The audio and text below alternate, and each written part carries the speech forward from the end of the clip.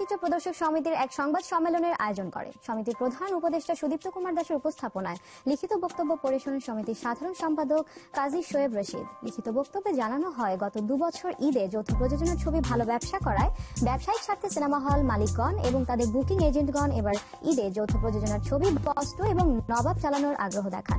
ফলে ব্যবসায়িক স্বার্থে বাংলাদেশ চলচ্চিত্র প্রদর্শক সমিতির ছবি দুটির মুক্তির পক্ষে অবস্থান নেয়। এই সময় সমিতির সভাপতি মধুমিতা সিনেমা হলের কর্ণধার এবং সেন্সর বোর্ডের সদস্য ইফতেখার উদ্দিন নওশাদের উপর চলচ্চিত্র পরিবারের ব্যানারে অভিনেতা রিয়াজ, নিশা সওদাগর, প্রযোজক খোরশেদ আলম খসরু এবং তাদের সহযোগীরা হামলা চালান। লিখিত বক্তব্যে অভিনেতা রিয়াজ, নিশা সওদাগর অভিনীত কোনো সিনেমা প্রদর্শন না করার পাশাপাশি খোরশেদ আলম খসরু প্রযোজিত কোনো সিনেমাও তারা না চালানোর সিদ্ধান্ত নিয়েছেন। পরবর্তীতে আমাদের পক্ষ থেকে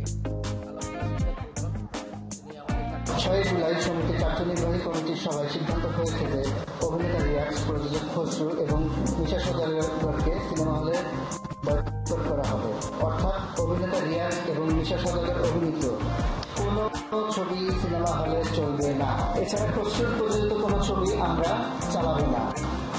এই বিষয়ে ব্যাপক ভিত্তিক সিদ্ধান্ত গ্রহণ করে বাস্তবে কার্যকরীকরণের জন্য আগামী 26 জুলাই বুধবার ঢাকায় আমাদের সমিতির বার্ষিক সাধারণ সভা চূড়ান্ত সিদ্ধান্ত নিয়ে উক্ত সিদ্ধান্ত কার্যকারী করার যথোপযুক্ত পদক্ষেপ নেব। ঘটনাটা ছিল যে সেন্সর বোর্ডের নিচে উনি সেন্সর বোর্ডের একজন সম্মানিত সদস্য হিসেবে সেন্সর বোর্ডে ছবি দেখার জন্য উনি যাচ্ছিলেন।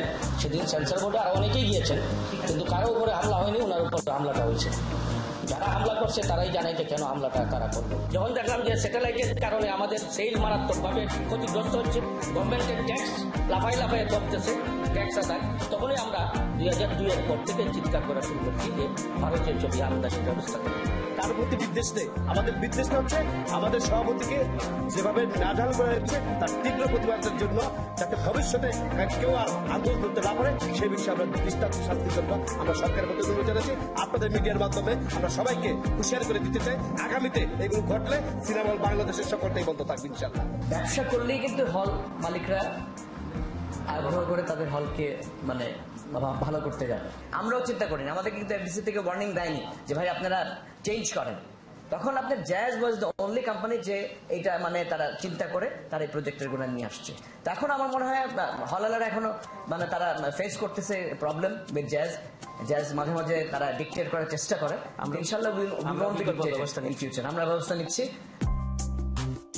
দর্শক, লাক্স 24 এখন যেতে ছোট্ট একটা বিরতির পর আমরা আবারও ফিরে আসছি, সাথে থাকুন।